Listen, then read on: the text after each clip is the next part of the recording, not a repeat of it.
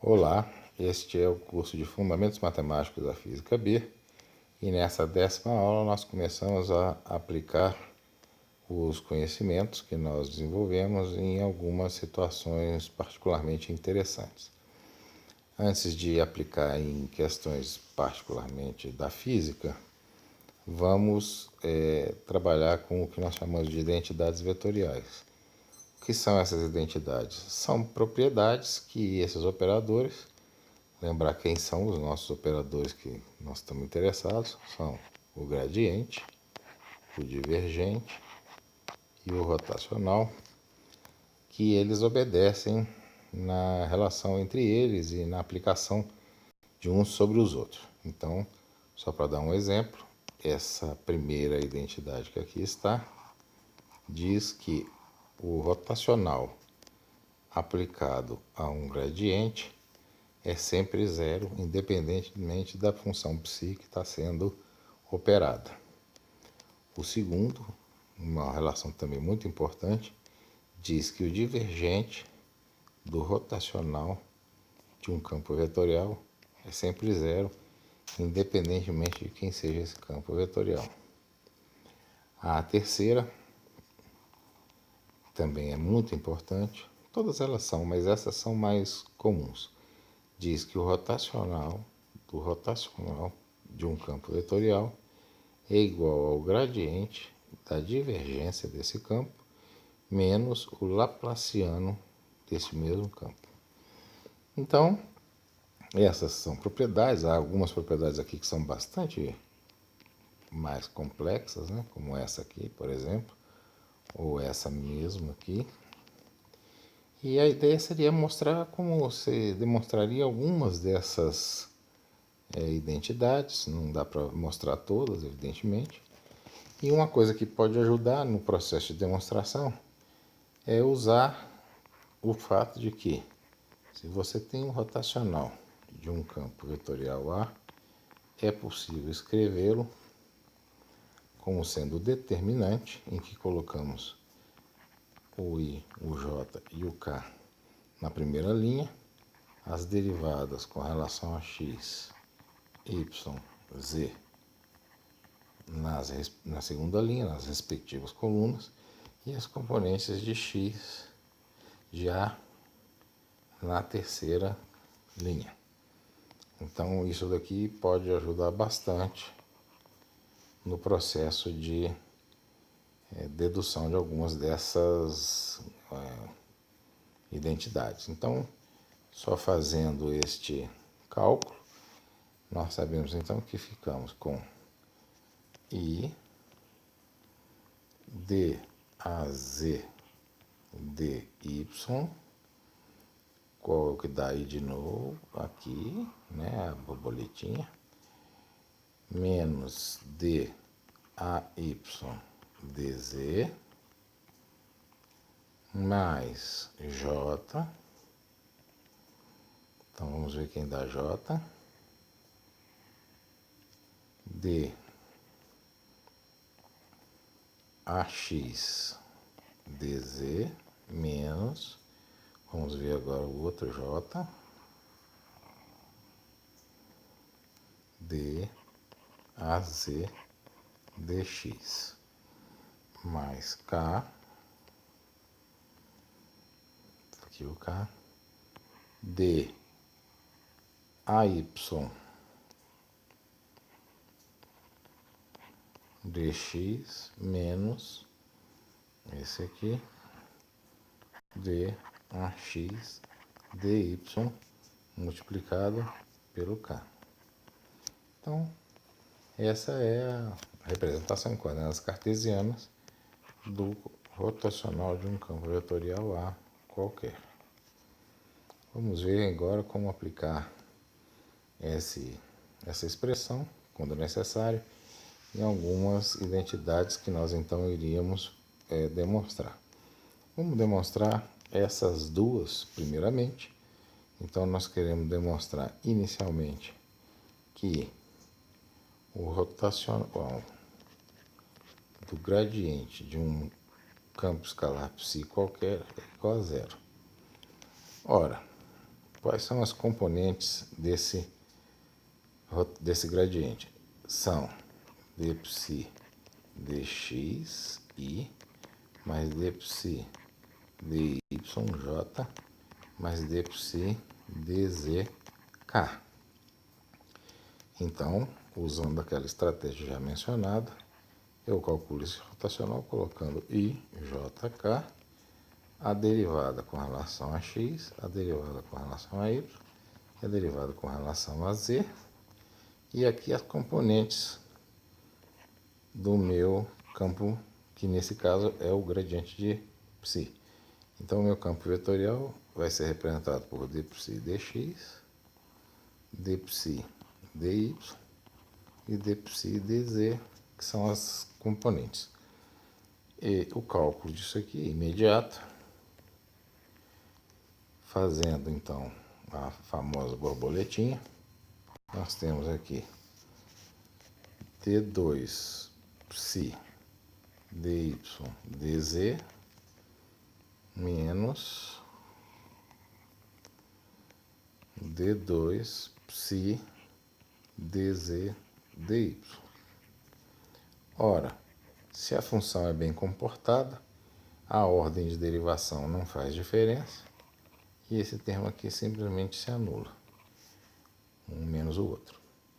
Evidentemente que para as outras coordenadas vai acontecer algo semelhante. Eu não vou fazer aqui, convido o ouvinte a fazer, porque é exatamente a mesma coisa que foi apresentado nesse caso mais simples. Então, essa relação aqui fica demonstrada e nós podemos passar para outra. A outra é que o divergente de um rotacional de um campo vetorial qualquer é igual a zero. Ora, como é que eu posso então calcular esse divergente? Eu pego as componentes deste vetor, essas componentes estão dadas aqui, e eu aplico para cada componente a derivada correspondente. Então vejam só, eu tenho para a componente i, eu vou aplicar o d dx, então eu vou ficar com d dx daz dy menos dy dz. Mais, agora pegando essa outra aqui, como é o j, vai ficar d dy dax dz menos daz dx, mais d dz dessa componente aqui, tem um K mais aqui, d ay dx menos dax dy. Veja então que aqui eu vou obter os seguintes resultados. d2az dx dy, que eu obtive aqui. Eu ainda tenho, vamos pegar com dx dy, esse com esse, vejam só. Então fiz esse com esse, agora eu vou fazer esse com esse. Vai ficar menos, por causa desse sinal aqui, d2az dy dx. Pelas mesmas razões que já mencionamos, se o campo for um campo bem comportado, essas duas coisas se anulam. Eu posso fazer isso para todos os outros e o resultado vai ser exatamente o mesmo. Vou fazer só mais um aqui para deixar isso bem estabelecido. Então eu vou ter aqui menos, por causa desse sinal, d2ay dx dz. Então agora eu procuro um dz dx, está aqui, mais, vejam que é mais, d2ay dz dx. Pelas mesmas razões, isso aqui vai cancelar e óbvio que o próximo termo vai cancelar também. Então, com isso, nós demonstramos essas duas propriedades de uma maneira até bastante direta. Nós temos agora a possibilidade de demonstrar esta outra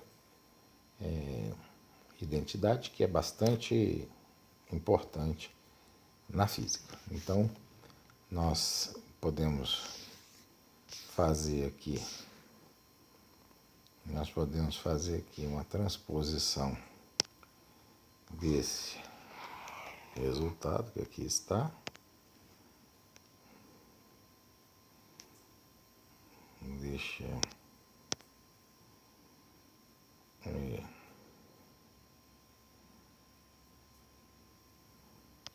eu copiar isso daqui, se é que eu vou saber copiar. Não sei se eu sei copiar esse troço. Aqui.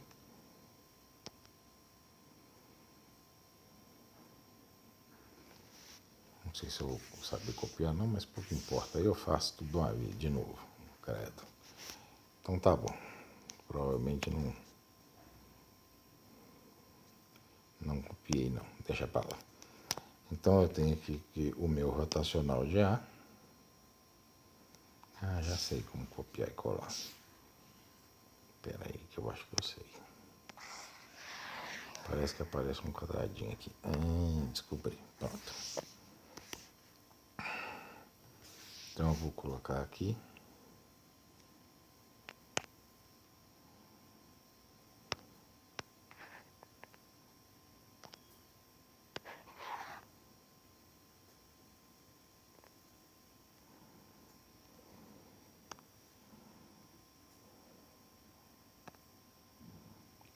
Sei fazer esse treino. Deixa pra lá, fazer tudo de novo. Então vamos lá. O rotacional de A, ele vai ser... É até bom que a gente treina. Olha só, a componente X é um macete. A componente X está associada ao Y com Z, tá? Porque Y vetor Z dá X. Então, dy, dz. Como as componentes são trocadas, daz, day. Isso é no I. Agora, nós temos no J, o que vai ser o J? Vai ser o Z com o X. Então, dz, dx, dax, daz. E no K,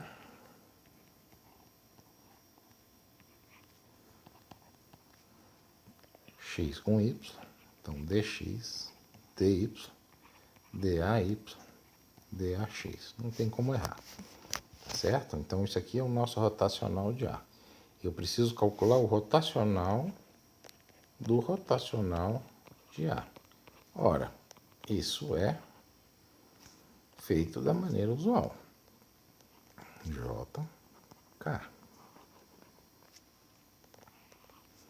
Aqui eu coloco a derivada com relação a x, y, z, e em cada um desses pontos aqui eu incluo a componente do rotacional de A. Então a componente I é essa. Então eu venho e coloco daz, dy menos day, dz. A componente Y é essa. Dax dz menos daz dx, e a componente K ou Z é essa, day dx menos dax dy. E simplesmente faço a borboletinha. Então, esse termo aqui é I, e ele vai dar d2ay dy dx menos d2ax dy. Ainda vou ter um termo aqui relacionado a I também, que é esse termo que está aqui, menos, que vai ficar D2AX DZ2 menos D2AZ DZ Eu poderia fazer os outros termos, mas nem precisa. Porque olha só o que vai acontecer. Pega o I e agora esse termo que está aqui, vamos escrevê-lo da seguinte maneira. dx de dy dy. Estes dois termos aqui, esse, vamos pegar esse aqui primeiro, pronto. Então vai ficar mais dz daz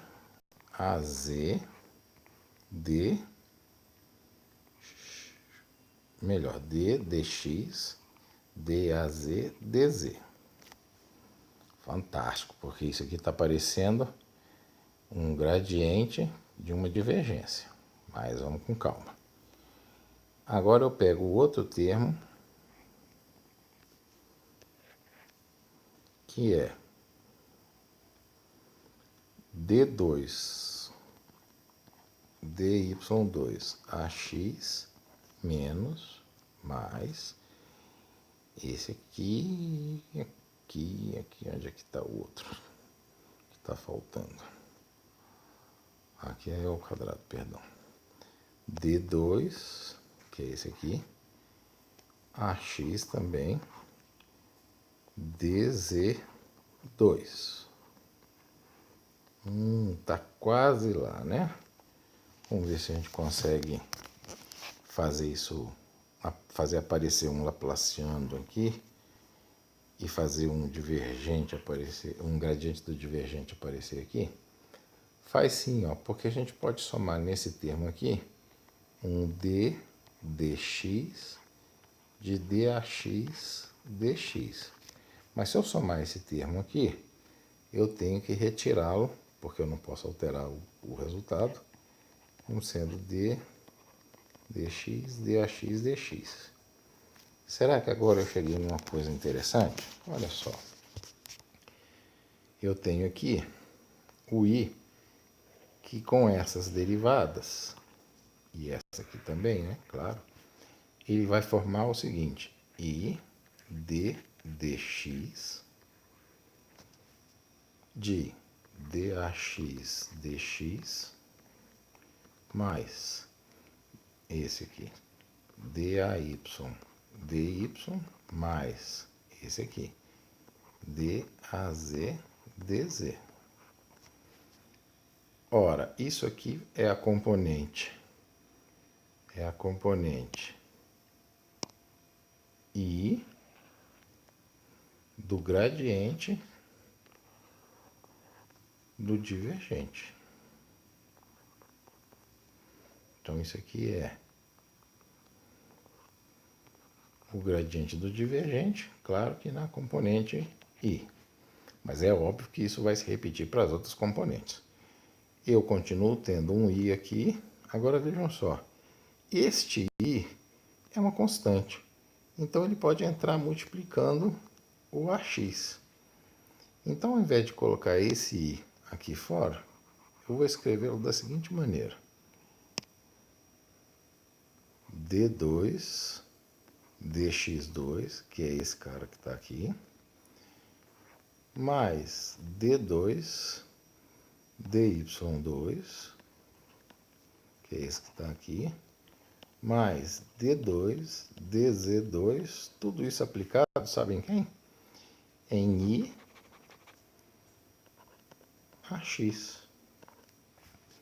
Mas isso que eu acabei de escrever aqui é o laplaciano do A mas na componente I.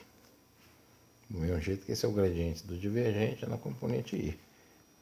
Então aqui eu tenho na componente I o gradiente da divergência menos do Laplaciano. É óbvio que isso vai se repetir nas outras dimensões, J e K. Então isso prova essa relação que aqui está. De uma maneira relativamente fácil de demonstrar essa relação. Finalmente, para terminar, vamos selecionar essas duas propriedades. Elas são também relativamente simples de demonstrar. Vamos pegar a primeira, que é o divergente de um escalar, de um campo escalar vezes um campo vetorial. Eu posso escrever isso aqui como sendo o divergente de psi I psi AX mais J psi AY mais K psi AZ. O divergente, aqui o divergente então vai ficar d dx de psi AX mais d dy de psi AY mais d dz de psi AZ. Simplesmente apliquei o divergente sobre aquele campo vetorial que leva junto um campo escalar como um fator multiplicativo, que é exatamente o que está aqui. Então, quando eu faço isso, eu obtenho d psi dx AX mais d psi dy AY mais d psi dz AZ. Fiz primeiro a derivada no campo escalar. Depois disso eu tenho um psi que multiplica dax dx mais day dy mais daz dz. Ora, o primeiro termo eu posso escrever como um produto escalar. Ele é o d psi dxi mais d psi dyj mais d psi dzk multiplicado por i ax mais j ay mais k az. O segundo termo é simplesmente um psi, e isso que está aqui, nada mais é que o divergente do A. Mas esse primeiro termo aqui é um gradiente. Então eu tenho que o resultado é um gradiente de psi escalar A mais psi divergente de A, que era o resultado que eu queria obter. O outro se faz mais ou menos da mesma maneira, só lembrando que como é um rotacional, eu vou ter que escrever então o rotacional de psi A como sendo o nosso bom e velho determinante, i jk d dx d dy d dz, e aqui eu boto as componentes psi ax, psi ay, psi az, que são as componentes desse campo vetorial que aqui está. O campo escalar não afeta as direções. Na hora que fizer esse determinante, vai se chegar a esse resultado que está aqui. Eu deixo essa conta para que o ouvinte faça por si só. Não é uma conta difícil. Isso termina a nossa análise de propriedades, lembrando que nós fizemos uma parte dessas propriedades. Seria interessante, então, nós fizemos essas e essas.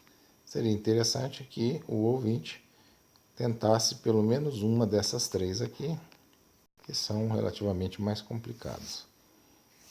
Então, isso finaliza a questão das propriedades e eu agradeço a audiência. Muito obrigado.